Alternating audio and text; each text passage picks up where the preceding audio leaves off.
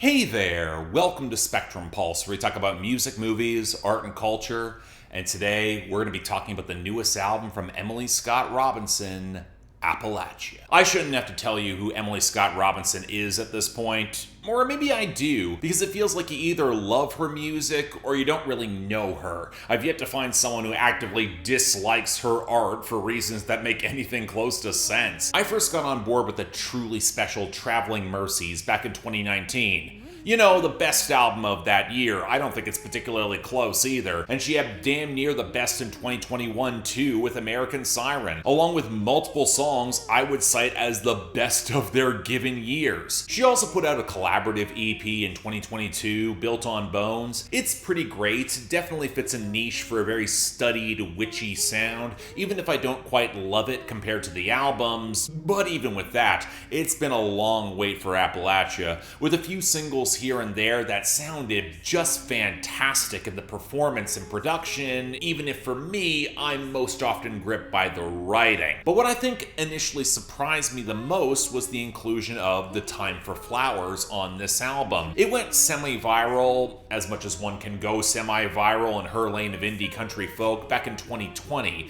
between Traveling Mercies and American Siren. It was during the first waves of the pandemic. I actually reviewed it in my song review series over on Instagram over 5 years ago, and there's a reason why it struck some real resonance. It's a very winsome and comforting song amidst sad and hard times. And I don't know about you, but if there's an album that might feel like a balm in such moments as these, gesturing down south, my politics have been loud and very obvious for well over a decade now on this channel. I'm not about to derail a review of one of my most anticipated albums of this year for that, but watching her social media, I could tell Emily Scott Robinson was kind of struggling with this too, but from the angle of the artist who's trying to create and perform in this moment. It immediately put me in the mind of a piece I saw by Drew Daniel of the Soft Pink Truth and Matmos over at The Quietus. Yeah, we're doing this again, link down in the description. In the struggle to make art underneath some, let's call them fasci regimes. What purpose does it have in a movement or moment? What resonance can be gleaned, especially from a reactionary movement that misunderstands, steals, and bastardizes whatever art it publicly consumes? It's proudly anti-intellectual and does not care to engage beyond gimme it, it's mine. Now, Drew Daniel's art is layered in a different way. The Soft Pink Truth and Matmos, they're both experimental electronic projects, where his overthought escape is coming through increasingly esoteric beauty and chamber music compositions.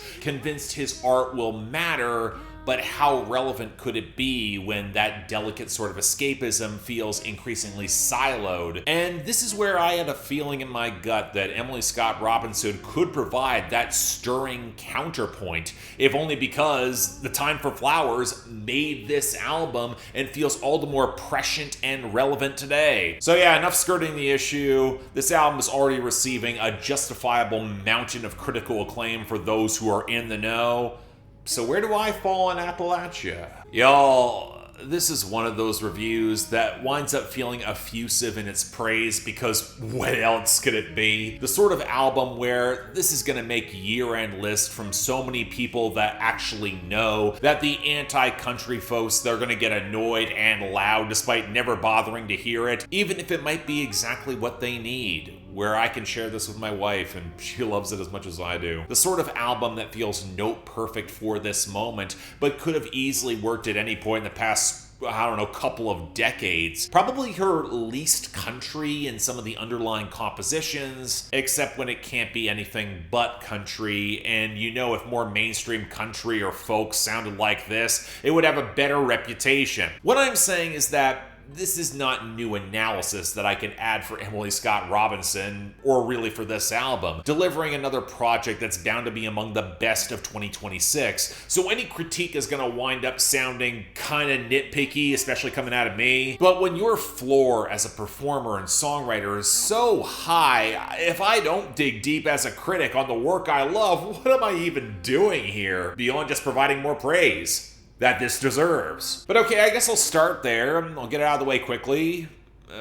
There's no let 'em burn on this? Okay, context. That's one of the best songs of the 2020s that she wrote. It rips my heart out to this day. I'm not about to speculate deeper on the subject matter out of my respect for her situation, but it's representative of a specific, deeply personal, and very dark place where Emily Scott Robinson, she's just gonna go there. The Dress and Run are in that same territory coming off of Traveling Mercy, and they are career standouts, even if I have no idea how one could actually perform them live, given how harrowing the detail and storytelling is. And one of the big reasons why those songs are so effective is because Robinson's voice is so naturally sweet and trilling and emotive that she'll embody that presence and pain even before you pay attention to every heart-wrenching detail. It's why they stand out so starkly on any given album. Appalachia does not have one of those songs that feels so directly personal or stands out so painfully. In terms of songwriting scope, it deliberately takes a slightly wider lens. It does not feel as narrowly transgressive in any given moment. And while I'd argue it's kind of essential as to why the whole album is the most consistent of her career in mood and texture, you're not going to get so obvious a personal standout. This is also her most deliberately paced album to date.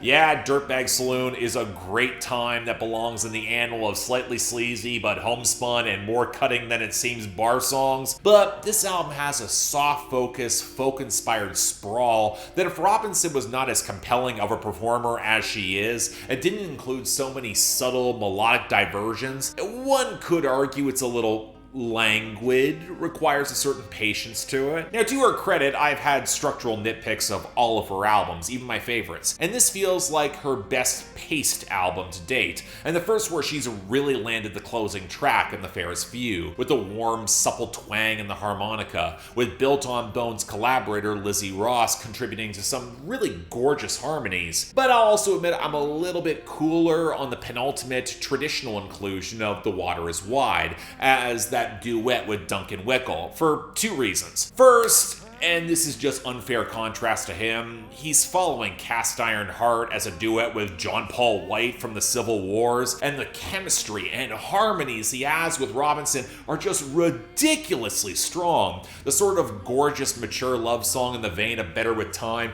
that I just loved even before the fiddle came in and sounded amazing, which is also a saving grace alongside the harmonica on The Water is Wide. But for the second point, it is a traditional English folk song on an album called Appalachia. It may not have been my chosen pick if I'm being thematically nitpicky. The other song I was slightly cooler on was actually the title track, but I completely understand why it's here. Even if it paints in slightly broader strokes, she wrote it in the wake of the floods that devastated North Carolina in 2024, capturing the communal warmth that will come with rebuilding, hoping for better years, knowing that the waters aren't about to tear out the roots that run so damn deep. And you know, if I'm about to slip into unabashed praise here, where Appalachia immediately excels and actually meets the moment comes in its sense of place and community. Despite the softer textures, huge props to John Kaufman, who brings this burnished, warm, organic sheen to the production. He is such a natural fit to help shape Emily Scott Robinson's sound. There's this deep-seated core to this album that can't be denied, where it's not just the land, but the people who live there, supported by that groove. And I love how immediately Hymn for the Unholy takes its supple organ and handsome low strings to establish that said people are not normally those who are easily accepted.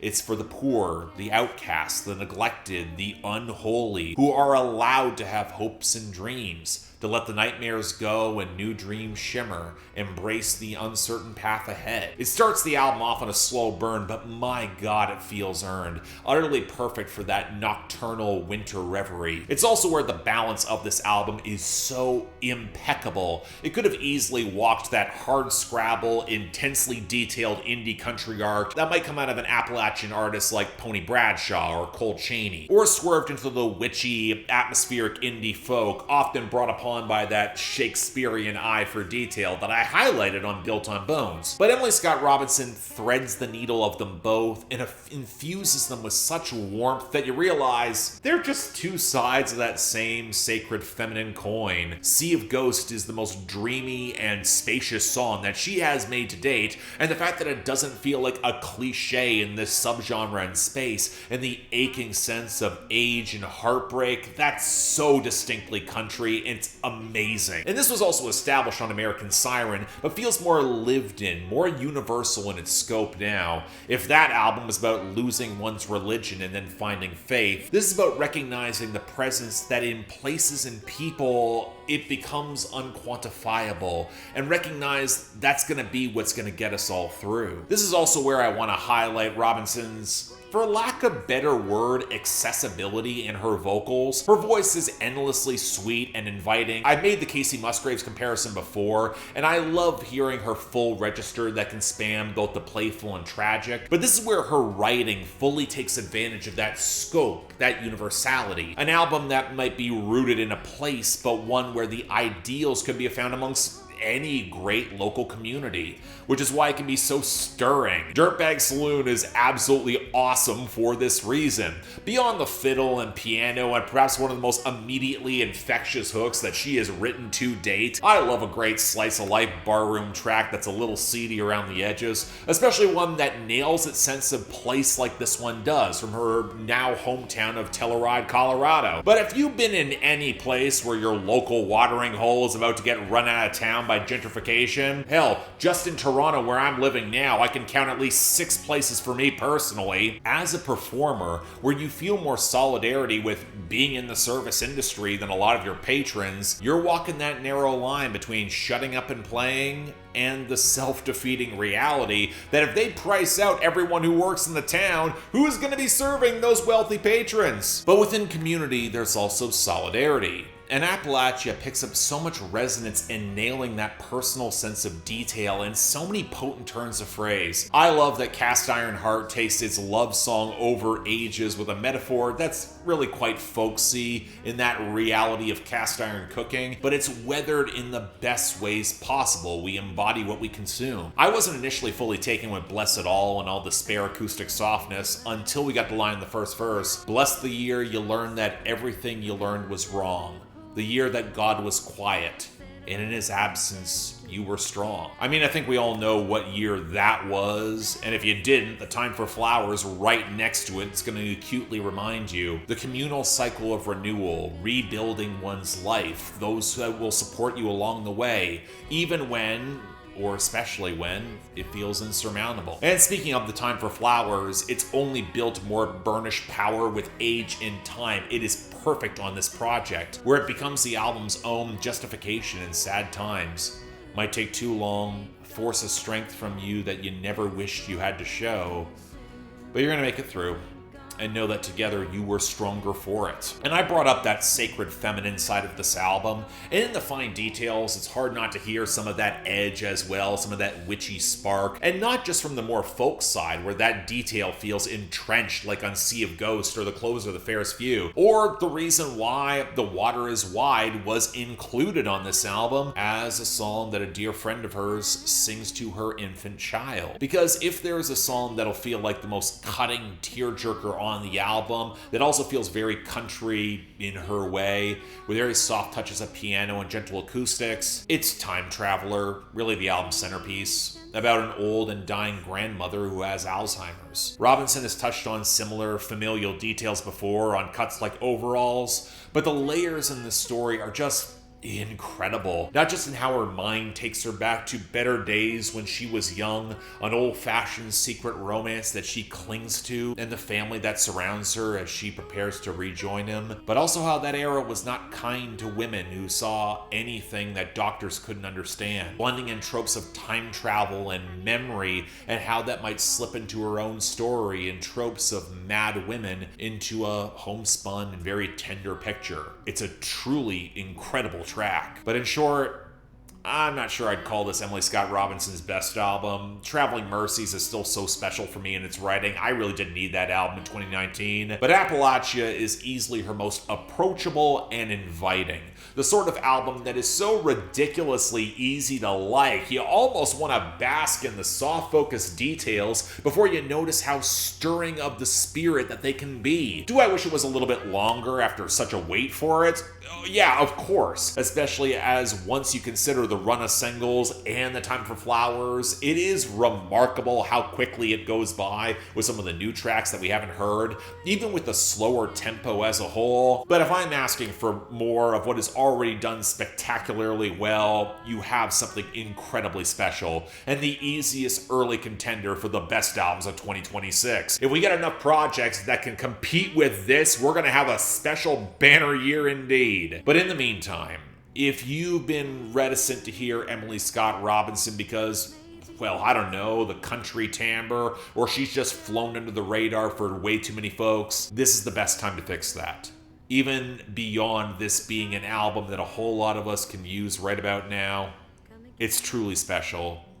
Y'all should hear it. So yeah, thanks a lot for watching. If you want to see more, please be sure to like, share, drop comments, subscribe. I bet some of y'all a little bit surprised I'm just doing an album review here. There are going to be a few of those when I want to talk about albums that are amazing and really deserve that added little bit of special attention.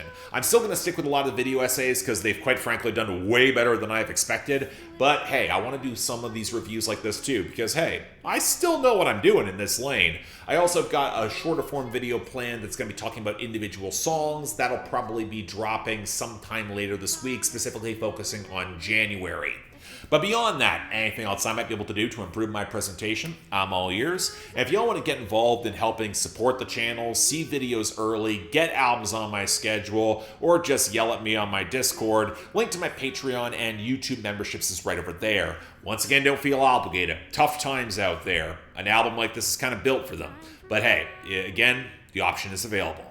Till then, I'm Mark, you're watching Spectrum Pulse, and I'll see you next time.